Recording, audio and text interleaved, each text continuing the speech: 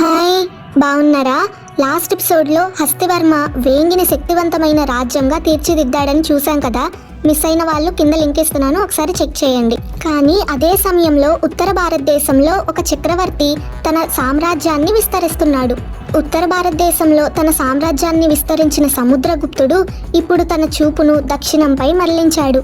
అతని లక్ష్యం కేవలం విజయం మాత్రమే కాదు, దక్షిణ రాజ్యాలపై తన ఆధిపత్యాన్ని చాటడం. ఆ యాత్రలో వేంగి కూడా ఒక ముఖ్యమైన రాజ్యంగా నిలిచింది. అక్కడ పాలిస్తున్నది మన హస్తివర్మ.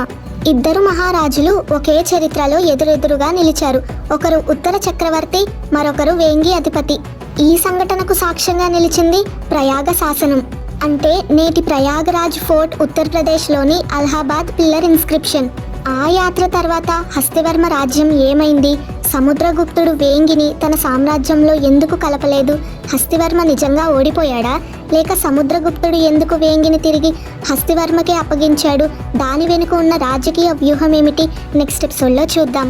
మిస్ అయిన ఎపిసోడ్స్, మిస్ అయిన సిరీస్ ఎవరైనా ఉంటే డిస్క్రిప్షన్లో లింక్స్ ఇస్తున్నాను, ఒకసారి వెళ్ళి చెక్ చేయండి. అలాగే ఈ వీడియో ప్రతి తెలుగువాడికి చేరేలా షేర్ చేయండి. వీడియోని లైక్ చేసి నెక్స్ట్ ఎపిసోడ్ ఏమనుకుంటున్నారో గెస్ చేసి కామెంట్ చేయండి. మన వీడియోస్ని చాలామంది సబ్స్క్రైబ్ చేసుకోకుండా చూస్తున్నారు. ఏ చిన్న అప్డేట్ మిస్ అవ్వకుండా ఉండటానికి ఛానల్ని సబ్స్క్రైబ్ చేసుకొని బెల్ ఐకాన్ని క్లిక్ చేసుకొని పెట్టుకోండి. సరే, అయితే మళ్ళీ కలుద్దాం.